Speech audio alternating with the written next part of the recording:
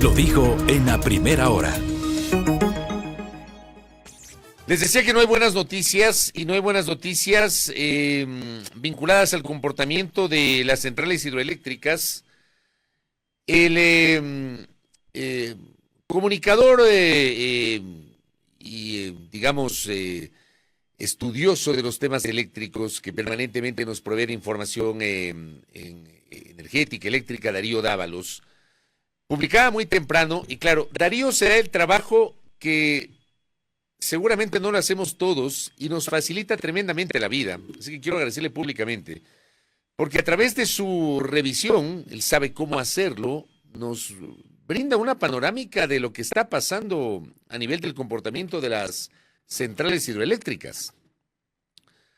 Darío publicó poco antes de las 6 de la mañana lo siguiente: el embalse de Mazar bajó más del límite. Atención, el embalse de Mazar, dice Darío Dávalos, bajó más del límite.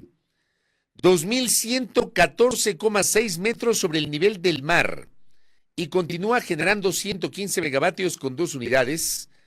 Mina San Francisco salió de operación desde la 1 de la madrugada. En Molino y Sopladora bajó también la producción de energía.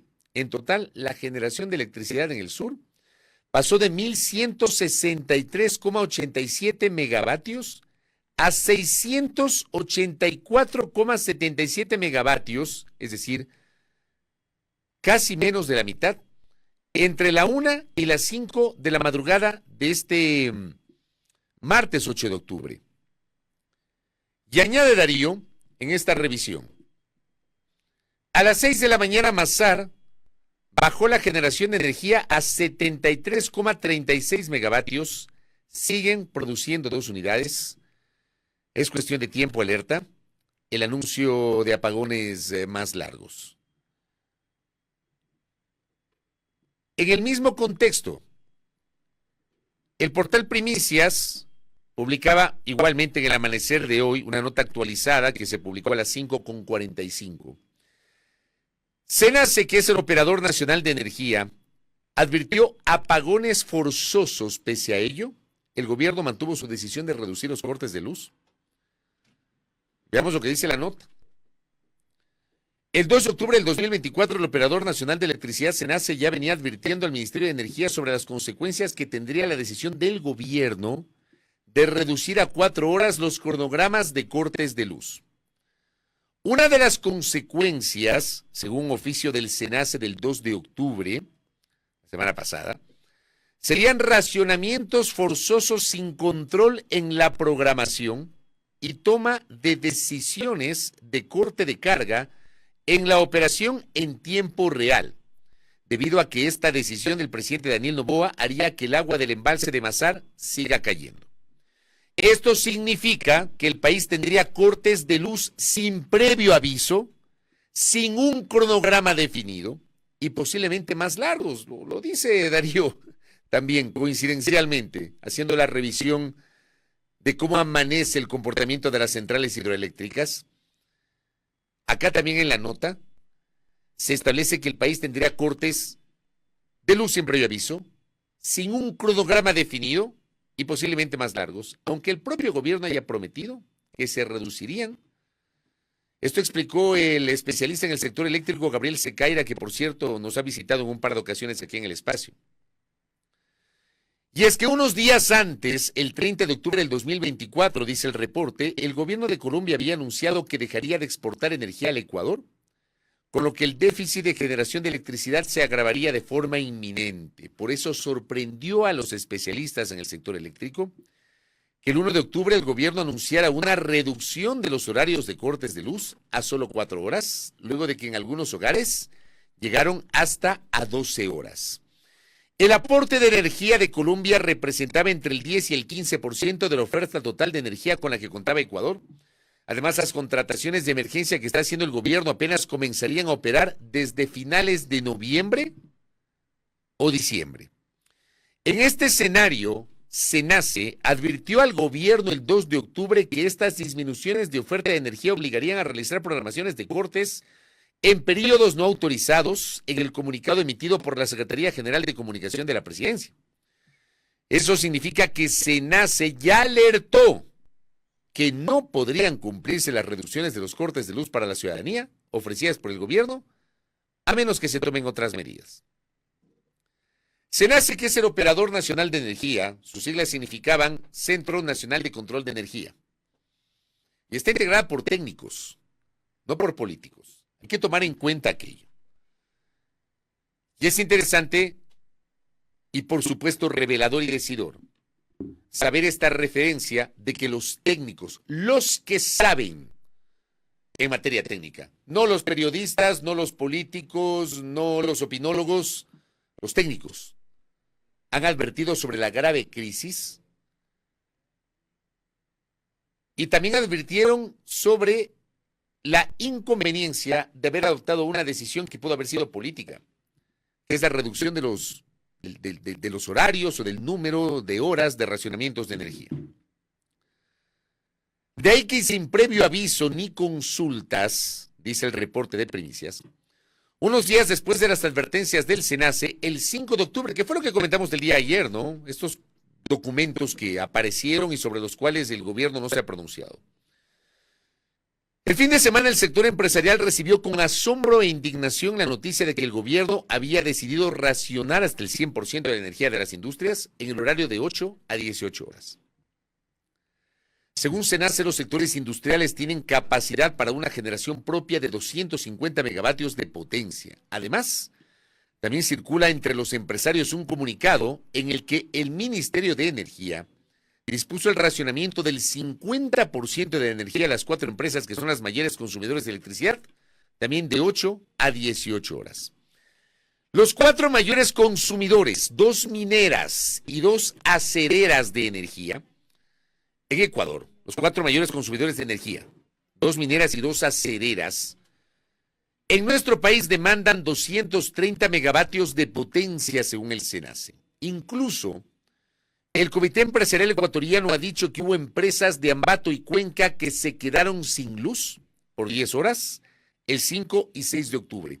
Ayer reportábamos justamente el caso de Continental Tire Andina, una de las grandes empresas generadora de empleo en la provincia de Azuay, que decidió paralizar sus actividades sábado, domingo y lunes. No sé qué ha pasado el día de hoy, no tengo conocimiento de alguna decisión en estas horas para trabajar el día de hoy.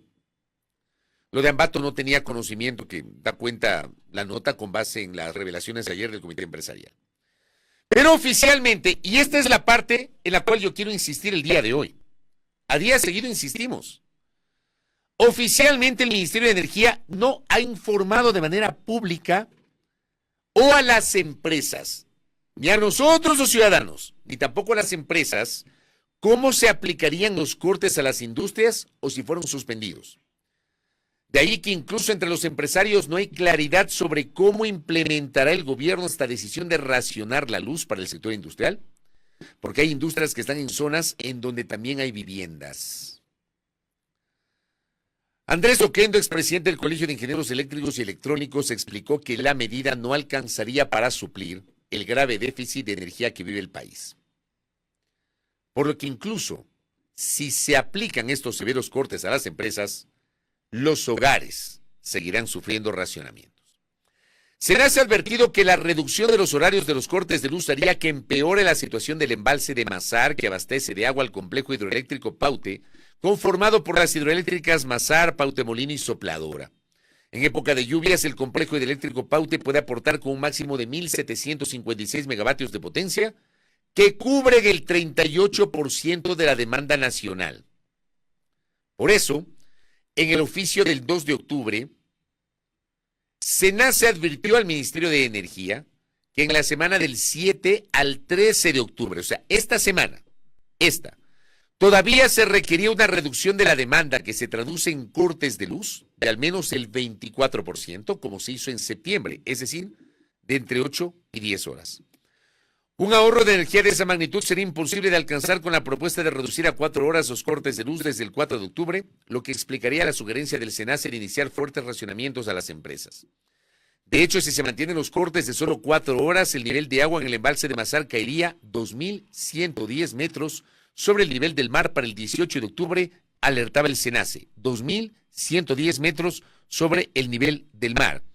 Miren ustedes este reporte y vuelvo a citar lo que dije al inicio de Darío Dávalos, que el embalse de Mazar amanece con 2.114,6 metros sobre el nivel del mar hoy, 8 de octubre. En este reporte se advertía que el embalse de Mazar iba a caer para el 18 de octubre a 2.110, o sea, estamos 4 metros por encima de este nivel que se había anunciado para el 18 y estamos 8. Estamos 8. Con ese nivel de agua en el embalse se pierde la primera unidad de esta central, están operando 2. Y el control mismo sobre el embalse advierte el documento del SENACE. SENACE también ha dicho enseguida que si el agua del reservorio de Mazar cae a 2.110 metros sobre el nivel del mar, se deberán realizar racionamientos forzosos para garantizar la operación del Sistema Nacional Interconectado. Para ayer, 7 de octubre, el agua de Mazar ya había caído a 2.115,9 metros sobre el nivel del mar, y si sigue cayendo a razón de 1 metro diario, ojo que hoy amanece con 1 metro menos, o sea, va en esa previsión, caída de 1 metro diario, lo más probable es que los 2.110 metros se alcancen el 12 de octubre, con lo que saldría de Operación Mazar, o sea, esta misma semana, en medio del feriado. De otro lado, dice la nota, los cortes de luz a las empresas no compensan el déficit. Si el gobierno aplica cortes de luz de 10 horas a las industrias, estaría racionando alrededor del 40% de la energía que consumen, ha explicado el especialista eléctrico Ricardo Buitrón. Las industrias representan alrededor del 26% de la demanda del país. De allí que con racionamientos de 10 horas diarias a estas empresas, el gobierno podría reducir en alrededor de 500 megavatios la demanda y compensar en algo el cese de las ventas de energía desde Colombia. Sin embargo, es difícil saber cuánto se reducirá realmente la demanda de las industrias, ha dicho el especialista, porque las empresas podrían incrementar su producción en otros horarios. Claro, pero ahí un opinador ayer dijo, oigan, bueno, no produzcan de 8 a 18 horas. Vayan a la noche. Trabajen en la madrugada, decía por ahí algún opinador. Hasta la tarde de ayer, el Ministerio de Energía no había salido a aclarar cómo aplicaría el racionamiento a las empresas ni a cuántas. Primicias pidió la versión oficial sobre las alertas de SENACE al Ministerio de Energía y a la directora de la Secretaría de Comunicación, a la Secretaria de Comunicación, pero no se pudo obtener inmediatamente una respuesta. Así está el panorama. Y por eso desde este espacio, como lo hicimos ayer, lo vuelvo a hacer el día de hoy. Y lo voy a repetir como catarnica. El silencio fortalece el rumor y el silencio no puede ser una opción, autoridades. Silencio el fin de semana, silencio el día lunes, y el día de hoy amanecemos sin información nueva sobre este tema, más allá de que ayer los empresarios fueron recibidos en Carondelet para dialogar sobre la situación y el gobierno les ha ofrecido buscar alternativas. Belkis daba lectura en la primera parte de este espacio una nota de Diario El Universo. Algo de humo blanco, empieza la nota del Universo, publicada ayer a las 8 de la noche. Salió de la reunión que mantuvieron la tarde de ayer empresarios de varios gremios del país con representantes del gobierno para analizar alternativas ante la crisis energética. Las autoridades gubernamentales se comprometieron a revisar la medida denominada apagón industrial que causa preocupación al sector privado, porque se plantea que durante 15 días las industrias reduzcan su consumo de energía durante 10 horas. La presidenta del Comité Empresarial Ecuatoriano, María Paz Kervis, dijo al finalizar el encuentro que además del ofrecimiento de revisar el apagón industrial, porque hay un ofrecimiento de revisarlo, no sé cómo lo van a hacer, las autoridades acogieron la propuesta que más temprano hicieron los empresarios para que se instale un comité de diálogo permanente con el fin de monitorear la situación energética e implementar soluciones. Yo pregunto, ¿lo lógico no era que primero instalen el comité de crisis? Primerito instalen el comité de crisis y luego tomen decisiones. O sea, hay unos anuncios el fin de semana, no hay una confirmación, tampoco un desmentido por parte de las autoridades que han guardado un silencio completamente cuestionable. Saltan los empresarios, ayer convocan una declaración de prensa, a una rueda de prensa, porque participaron, hubo preguntas de los colegas. En la tarde fueron a Carondelet y en la noche salen y dicen, ahora sí van a conformar un comité de crisis, que fue la propuesta de los empresarios. Pero por el amor de Dios, esto tenía que ser primerito. Y lo vengo diciendo hace semanas. Si el gobierno no se sincera con el país no le va a entender cuál es la gravedad de la situación. Luego vendrán las explicaciones políticas. Porque lo que tienen que hacer hoy es tomar decisiones más allá del cálculo político electoral. Porque a este paso nos vamos a quedar sin país. ¿Me explico? O sea, quieren llegar al día de las elecciones del 9 de febrero sin país. Inseguridad, pobreza, desempleo, migración, racionamientos de luz. ¿Cómo quieren llegar al 9 de febrero? Hay que aprender a comprender que el ejercicio del poder va más allá de la cercanía de un proceso electoral. Hay que tomar decisiones, porque mañana ya será tarde. Y para tomar esas decisiones hay que administrar la sinceridad y decirles a los ecuatorianos, ¿qué pasa? Aquí habla todo el mundo, menos el gobierno. Entonces no tiene sentido. Yo realmente no le encuentro sentido a esto, perdónenme. Como siempre digo, tal vez el equivocado soy yo. Yo planteo desde la lógica. Y mi lógica a mí, mi pequeño conocimiento de comunicación, me invita a insistir en el hecho de que la única manera de encaminar la aplicación de las medidas es sincerarse con el país. Acá, por ejemplo, algunas reflexiones de nuestra audiencia. Yomar dice, ¿qué nos espera? Cortándole el servicio a la industria. Ahí, por ejemplo, Yomar tiene una visión, una presunción política sobre esto. ¿Cuál es el riesgo cuando las represas trabajan con el mínimo requerido? Bueno, el riesgo es que las máquinas ya no pueden funcionar. Porque como daba lectura en la nota, por ejemplo, si es que baja menos de 2110, tendrá que dejar de operar una de las dos de Masar. Uno debe preguntarse, dice, ¿por qué el silencio? ¿Cuál es la estrategia? Acá también Don Gus me dice, en el Austro, ayer que estuve en Cuenca, Sogues y Cañar, no había señales de lluvia e incluso los medios solo hablan de sequía. O sea, lo de la semana pasada fue un solo hervor. Medio sirvió en ese momento para algo recuperar los caudales de los 4 ríos de Cuenca, ¿no? Y pare de contar. Y volvimos a la sequía. Acá don Javier Salgado. Con los datos aportados por los especialistas que he leído, queda claro que las decisiones del gobierno, y entiendo que personalmente del presidente, no son otra cosa que populismo irresponsable. El mínimo de Masar es 2115. Estamos en 2114, como reportaba Darío Dávalos. Acá me dice Charlie Pisa, le envío un abrazo, maestro, colega y amigo, hasta el Manso Guayas. En Masar, me dice, están generando energía en horas de la noche por mayor demanda del país. Esto es con corte a las 20 horas de ayer. Y ahí aparecen justamente los reportes. La línea roja son las 2 tribunas de Masar, encendidas desde las 9 horas. A ver, le voy a pasar este grafiquito para poderlo mostrar, que me envía Charlie. Este grafiquito del comportamiento de Masar, que también lo ha publicado Darío Dávalos. Aquí tengo 2 gráficos más. Le voy a pasar un par de gráficos para poderlo mostrar a nuestra audiencia que nos sigue a través de Facebook y de YouTube. Creo que esto es interesante también para la revisión. Mientras se carga, ya lo vamos a revisar. Acá Nahuel pregunta, ¿qué pasó con el bombardeo de nubes? ¿No era eso la solución? Yo realmente me declaro un ignorante sobre ese tema del bombardeo de nubes. No sé cómo funciona, no sé qué pasó, no sé dónde lo aplican, no tengo la menor idea, pero eso lo vengo escuchando hace años.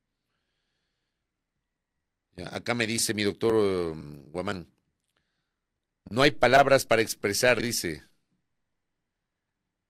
mi desafecto al manejo del país. Crítico. Andrés dice, volvimos al pasado, monitorear día a día la cota de las hidroeléctricas y rogar que Diosito nos mande lluvias. Yo les decía en algún momento que en el pasado, en mi tiempo como reportero, allá por la década de los 90, cuando ocurrían estas cosas, todos los días íbamos al CONELEC, que existía el Consejo Nacional de Electricidad. No, primero el INESEL. En la década de los 90 era el INESEL, el Instituto Nacional de Electrificación, que es aquel edificio donde funciona CELEC, acá en la 6 de diciembre y Orellana. Luego tuvimos el Conelec, que quedaba acá en las Naciones Unidas junto al Banco del Pacífico. No sé qué funciona ahí en ese edificio ahora. Y teníamos el SENACE, que funciona en el sur, en el sector de Santa Rosa. ¿Será viajes diarios para tratar de saber qué pasaba con el comportamiento, ¿no? Robert Frías me dice, un día agradable por el momento en Friobamba, dice. Cecita Bermeo dice, ¿y ahora cuál es el pretexto? Abrieron las compuertas, bombardearon las nubes, sabotaje, faltó rezar. ¿Ah? Mi querido Néstor Aguilera, eso del supuesto bombardeo es falso, no existen registros de que se haya hecho. Pues yo digo, yo no tengo idea, yo no lo sé, yo no lo sé. Si es que hay algún especialista que sepa y que me pueda escribir, vean, no tengo la menor idea, yo soy un ignorante en eso. Yo nunca he visto cómo bombardean las nubes, no sé cómo funciona eso, no sé si es que hay una tecnología, no tengo la menor idea, no lo sé, no lo sé. Dice, no existen registros de que se haya hecho al menos en tiempo reciente, dice Néstor. Con unos colegas hicimos una verificación de eso y no hallamos nada real en papeles. Ahora sí, pongamos el primer grafiquito que me compartió Charlie, por favor. A ver, ahí está ese grafiquito. Dice Charlie, la línea roja son las dos turbinas de Masar, encendidas desde las 9 horas y toda la noche. En Masar nos explicaron, hecho reportería mi colega, que por abajo de los 2.115 metros sobre el nivel del mar las máquinas dejan de operar. Con las lluvias en Azuay de la semana anterior subió la cota a 2.120 metros sobre el nivel del mar. Hasta anoche bajó a 2.115 metros sobre el nivel del mar y sigue bajando. De hecho, hoy, como ya lo repito nuevamente, Darío Dávalos reportaba que hoy amanecemos con 2.114 metros sobre el nivel del mar. La situación es más preocupante. Nadie dice la realidad de lo que podríamos enfrentar en las próximas semanas. Póngame el siguiente grafiquito. Corte a las 20 horas, que es este, sigue bajando el caudal de Masar, el caudal y la cota. En ese gráfico que está ahí en sus pantallas, el caudal está a 20 metros por segundo, me parece que sí se calcula, a metros cúbicos por segundo, así es. Más o menos a 20 metros cúbicos por segundo el caudal y la cota de Masar en este gráfico, 2115, con corte a las 8 de la noche, anoche, hoy 2114. Corte de hoy, 6 de la mañana, efectivamente, 2114,6. Esa es la lectura de los gráficos y le agradezco a Charlie por compartirme. Estos gráficos también los publicó Darío Dávalos. Nosotros lo presentamos, lo encontramos en su cuenta de ex, ¿no? Esto es lo que pasa, gracias. Esto es lo que pasa en el país. ¿Cómo está la situación eléctrica? Estoy viendo si tengo alguna cosa por acá. A ver, acá me dice Caro Zurita, que es especialista en temas ambientales. La diversificación de generación de energía es básica para cortar dependencia y evitar crisis. Por eso en el 2013 ya se hablaba de la energía geotérmica, en el 2018 se volvió a abordar y siendo 2024 se debe retomar. Esto muestra que siempre dejamos lo importante de lado por la coyuntura electoral o política. Ese comportamiento es el verdadero culpable de todo y no ha cambiado en 3 décadas. Absolutamente de acuerdo, ¿no? Absolutamente de acuerdo. Acá también hay un nuevo post de Darío Dávalos, gracias. A las 6 de la mañana, o sea, hace 1 hora con 8 minutos, Celega actualizó la información de Minas San Francisco e indicó que desde la 1 de la mañana hasta las 6 de la mañana la producción se encontraría en alrededor de 23 megavatios. Hasta las 5 de la mañana los datos indicaban 0. ¡Qué barbaridad! Es una barbaridad lo que está pasando.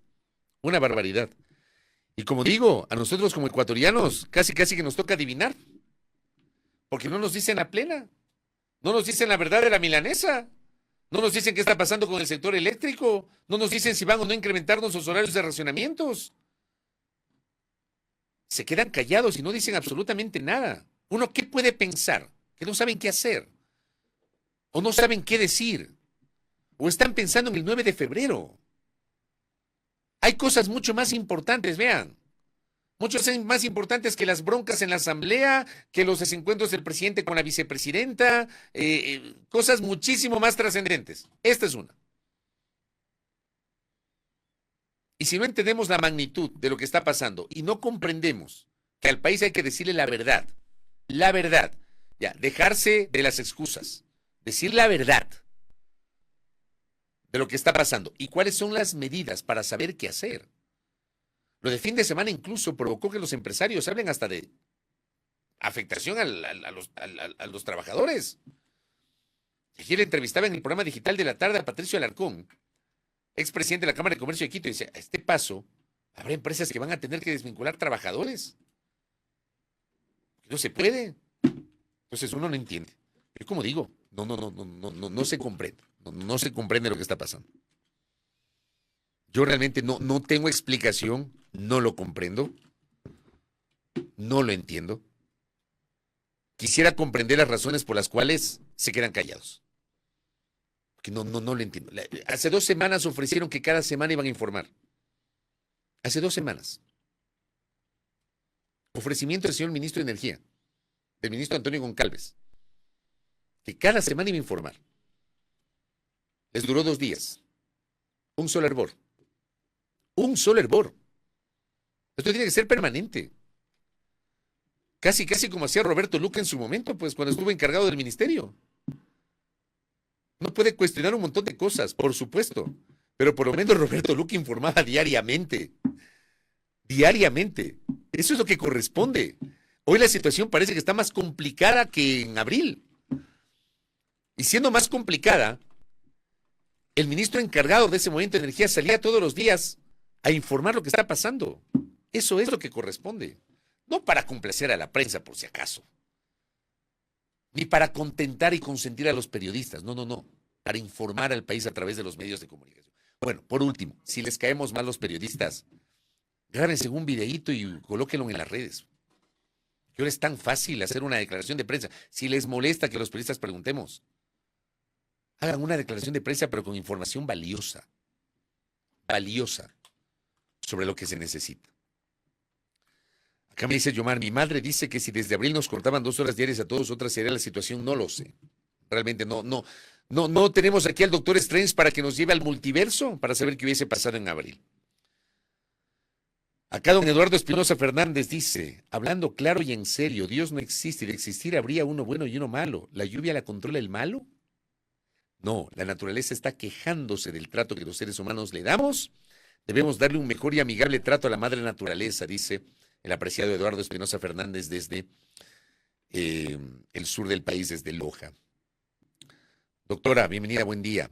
No informan precisamente porque la situación es tan crítica que deben poner en evidencia la improvisación, ineficiencia y contradicción, y todo se reduce a un cálculo electoral. Es que a mí eso me parece, créanme, inadmisible. Y por acá también me comparte, gracias al doctor Pedro Cornejo, me comparte algo que se ha levantado tempranito. Me imagino que para atender al guagua, se ha de haber quedado dormido el guagua y se tomó el tiempo para escribir lo siguiente. Muy temprano ha escrito mi doctor Pedro Cornejo. La Ley Orgánica de Competitividad Energética, que le llamaron pomposamente Ley No Más Apagones, aprobada en enero, creó las condiciones para delegar a la iniciativa privada la construcción de la nueva infraestructura de transmisión en el país, lo que resulta crucial para expandir el sistema eléctrico y permitir la conexión de nueva generación de energía. Según lo determina el Plan Maestro de Electricidad, se requerirá durante los próximos 10 años una inversión de aproximadamente $1.800 millones, tomando en cuenta que desde el 2021 no se ha invertido ni se han expandido los sistemas de transmisión. De eso hemos hablado en varias ocasiones, ¿no? Y lo vuelvo a sostener como lo dije en su momento. Si no les gustaba el Plan Maestro de Electricidad que dejó el gobierno en 2017, hubiesen diseñado uno nuevo. Pero no había que dejar de lado las inversiones proyectándose hacia el futuro, crecimiento de la demanda y obviamente la situación de cambio climático. La expansión de las líneas de transmisión, dice Pedro Cornejo, se ha mantenido estática desde 2021 sin que se haya agregado ni un kilómetro a las líneas de alta tensión, 138 kilovatios, 230 kilovatios, 500 kilovatios. Esto ocurre en un contexto en el que la demanda de energía creció por medio del 10% en 2023, generando la urgencia por ampliar la capacidad de transmisión para soportar la nueva generación de energía que se prevé. Por tanto, cabe nuevamente preguntarse, ¿tiene el Estado para invertir esa cantidad de recursos durante los próximos 10 años? Ante esta limitación, dice el doctor Cornejo, para transmisión son imprescindibles para garantizar los PPS, para transmisión son imprescindibles para garantizar que la nueva infraestructura esté disponible. Se puede evacuar la energía generada y esta pueda conectarse adecuadamente al sistema eléctrico nacional. Para implementarlos, el gobierno a través del Ministerio de Energía debe diseñar contratos atractivos para los inversionistas y establecer mecanismos regulatorios claros para el sector privado. Aquí dicen que el modelo estatista. Resulta que Alberto Acosta Espinosa el otro día explicó que nada del modelo estatista. Nada que le echen la culpa a la Constitución. Porque la Constitución y el modelo estatista sí permite la participación del sector privado. Una cuestión de decisión o de cambiar determinados reglamentos. No tiene nada que ver la Constitución, aunque algunos echen la culpa a la Constitución de Montecristi. Nada, nada. La ausencia de estos elementos frena el desarrollo de infraestructura de transmisión, poniendo en riesgo la capacidad del país para satisfacer la creciente demanda eléctrica. La comparación con el caso peruano es relevante en este contexto, ya que la ley de concesiones de Perú ha permitido delegar eficientemente la construcción y operación de infraestructuras de transmisión eléctrica a la iniciativa privada. Delegar, no dice privatizar, delegar, que sí lo permite la Constitución. Insisto, esto lo demostró Alberto Acosta Espinosa la semana anterior. Lo que ha resultado en una expansión significativa de su red. Desde la implementación de este esquema, Perú ha triplicado su red de transmisión, lo que ha sido crucial para sostener el crecimiento de su demanda energética y mejorar la infraestructura eléctrica, cosa que no ha sucedido en el país. Gran aporte del doctor Pedro Cornejo. Y acá dice, añade, aunque se repite una mentira una y mil veces, esto no le convierte en verdad, hablando justamente de que se han escuchado voces de que se presentan como especialistas en el sector eléctrico quienes han intentado posicionar una idea equivocada con relación a la situación de la actual crisis al sostener que existe una dependencia de la hidroelectricidad y que la legislación vigente en el sector eléctrico prohíbe o limita la participación privada a proyectos hasta 10 megavatios, lo cual es falso, falso. La Ley Orgánica del Servicio Público de Energía Eléctrica, vigente desde el 2015, establece que es responsabilidad del Estado a través del ministerio correspondiente planificar el desarrollo del sector eléctrico mediante el Plan Maestro de Electricidad. Este plan define los proyectos que serán desarrollados por empresas públicas y cuáles serán delegadas a la iniciativa privada. Por Dios, sáquense ese chip de que la Constitución, de que la ley, que no sé qué, este es un tema de decisión política. Y aquí hay que responsabilizar a quienes hoy son gobierno como son corresponsables los gobiernos anteriores. Decisión política. Pero aquí llueve sobre mojado y lloran sobre la leche derramada. En lugar de anunciar decisiones, le echan la culpa a la Constitución, que la ley, que no sé qué, que sí permite la participación del sector privado. Realmente no se entiende. Le envío un abrazo a Andrés Seminario para ir cerrando el comentario. No puede resolver problemas técnicos con política. Por eso yo hablaba del SENACE. Yo les decía a ustedes que el SENACE no es un ente político. El SENACE es un ente técnico. Y a esos entes técnicos hay que preservarlos. Preservar su carácter técnico y preservar además su independencia.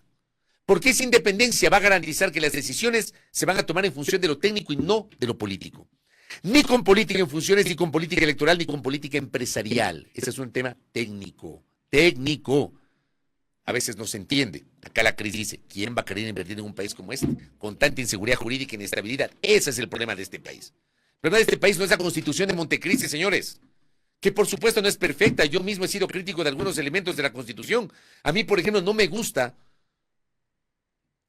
una parte orgánica de la Constitución sobre el funcionamiento de las instituciones. Hay cosas que yo tengo reparos.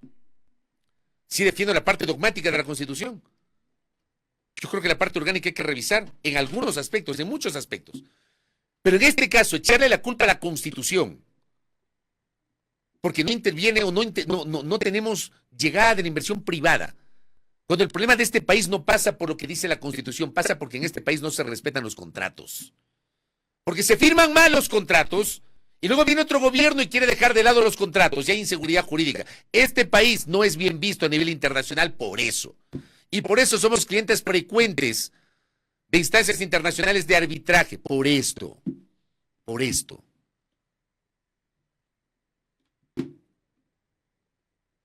Gracias por este mensaje. Un especialista en la materia, me reservo su nombre.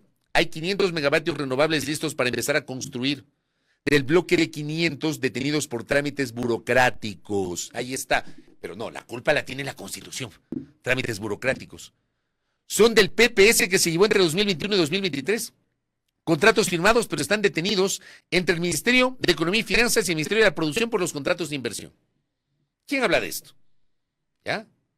Acá me dicen. En realidad, una inversión a futuro va a requerir en los próximos 10 años más de 10,000 millones de dólares. Es imposible que el sector sea atractivo en revisión del esquema tarifario. Acá Ricardo me dice, incentivos tributarios para las empresas que generen su propia energía. Tengo amigos empresarios en el extranjero y no quieren hacer negocios acá por la mala reputación que tenemos. Es que esa es la verdad de la milanesa. ¿Ya? Esa es la verdad. Entonces, más allá de esta intención, ¿no? De este afán de posicionar determinadas narrativas, ¿no? Que la Constitución, que la ley, que no sé qué, el problema no es ese, el problema se llama decisión. Y por supuesto, está claro que un proyecto de inversión no llega de un día para otro. Y que una central de generación hidroeléctrica o térmica no se construye de un día para otro. Pero hay que dejar encaminado esto. Pero otra vez, vea, silencio sepulcral. Cierro el comentario, 7:20. Primera plana. Todas las noticias, todas las voces.